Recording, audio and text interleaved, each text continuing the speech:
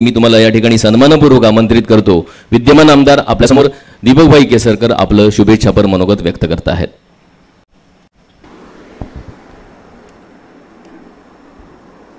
सिंधुदुर्ग जिल्ह्याचे विद्यार्थी आणि ज्यांचा नुकताच आपण वाढदिवस साजरा केला ते महाराष्ट्राचे माजी मुख्यमंत्री आणि केंद्रीय मंत्री आणि विद्यमान खासदार आदरणीय राणे साहेब,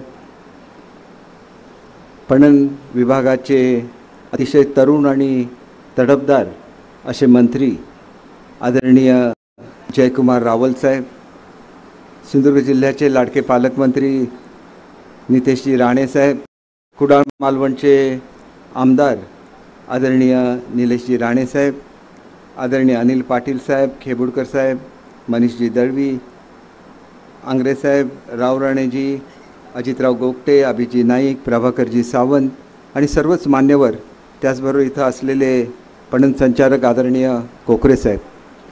काल मी राणे साहेबांच्या वाढदिवसाला उपस्थित होतो। जिल्ह्यातील प्रत्येक नागरिकाचं जीवनमान कसं उंचवायचं हे त्यांचं स्वप्न आहे आणि म्हणून जे बाजार समितीच्या माध्यमातून घडणार आहे, निलेशजी आपल्या माहितीसाठी सांगतो की पहिली ज्यावेळेला राईस मिल घालायची होती मी कुडाळला घातली, सावंतवाडीला नाही घातली आणि त्याच्यामुळे जे उपकेंद्र करतायत राव, कारण तिथं राईस मिल आहे आणि कलेक्टर साहेबांना सुद्धा सांगतो की इथला राईस हा जातो रायगडला भरडायला, हे कुठेतरी बंद झालं पाहिजे।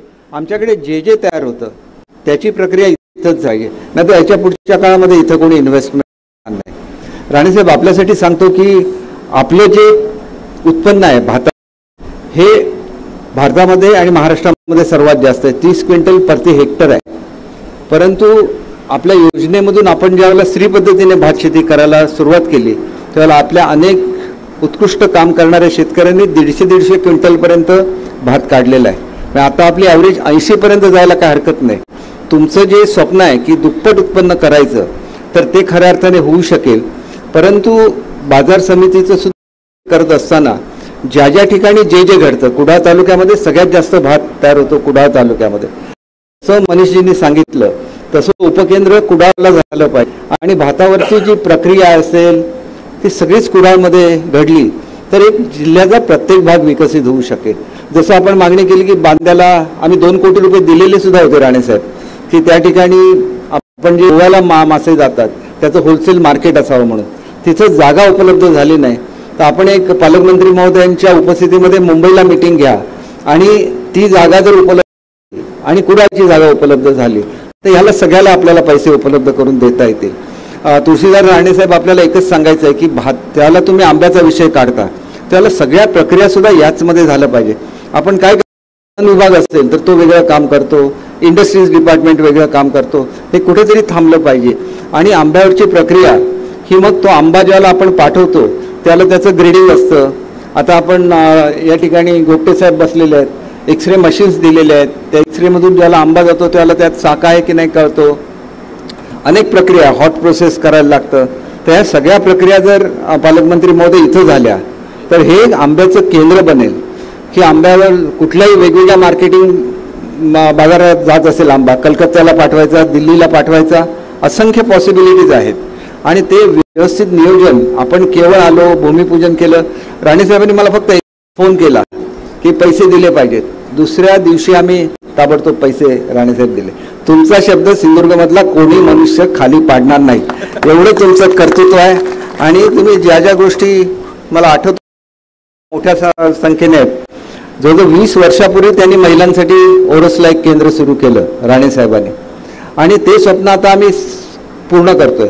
म्हणजे तुमची जी जी स्वप्न आहेत राणेसाहेब ही तुमच्यासाठी नाही आहेत, ही सर्वसामान्य लोकांसाठी आहेत, महिलांसाठी आहेत, शेतकऱ्यांसाठी आहेत।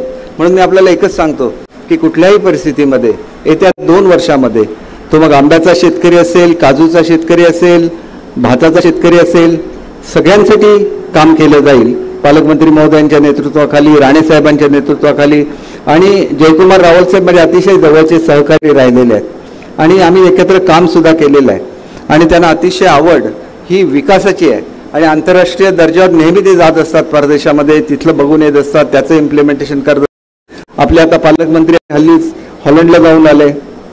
अतिशय चांगले असे नवीन उपक्रम ते या ठिकाणी राबवणार आहेत. तर हे सगळं करत असताना एक कार्यकर्ता म्हणून 100 राणेसाहेब आम्ही सगळेजण आपल्याबरोबर आहोत. आपण जे स्वप्न आहेत, आपली अपेक्षा आहे की आपला 75वा वाढदिवस होण्यापूर्वी ही सगळी स्वप्न साकार झालेली आहेत. तर आता तीनही आमदार आणि तुम्ही स्वतः खासदार आहेत, एकाच ठिकाणी बसलोय आणि निश्चितपणे ही सगळी स्वप्न पूर्ण होऊन दे. त्याची सुरुवात आपण या मार्केट समितीपासून करताय, त्याचं मी मनापासून अभिनंदन करतो. पालकमंत्री मंडळांचं मनापासून अभिनंदन करतो. तुळशीदास राणेसाहेब आपलं मनापासून अभिनंदन करतो. आणि निलेशजी, आमचा सगळ्याचा केंद्रबिंदू कुडाळ आहे. मी जरी सावंतवाडीला असलो आणि नितेशजी जरी कुडाळ असलो, दोघांचं लक्ष फक्त तुमच्यावर आहे. आणि त्याच्यामुळे 100% तुमच्या मतदारसंघा एवढा विकास कुठल्या मतदारसंघाचा, एवढं मी आपल्याला या प्रसंगी सांगतो. मनापासून आपल्याला सुद्धा हार्दिक शुभेच्छा देतो आणि माझे 2 शब्द संपवतो. जय महाराष्ट्र. धन्यवाद. Hello hello hello hello.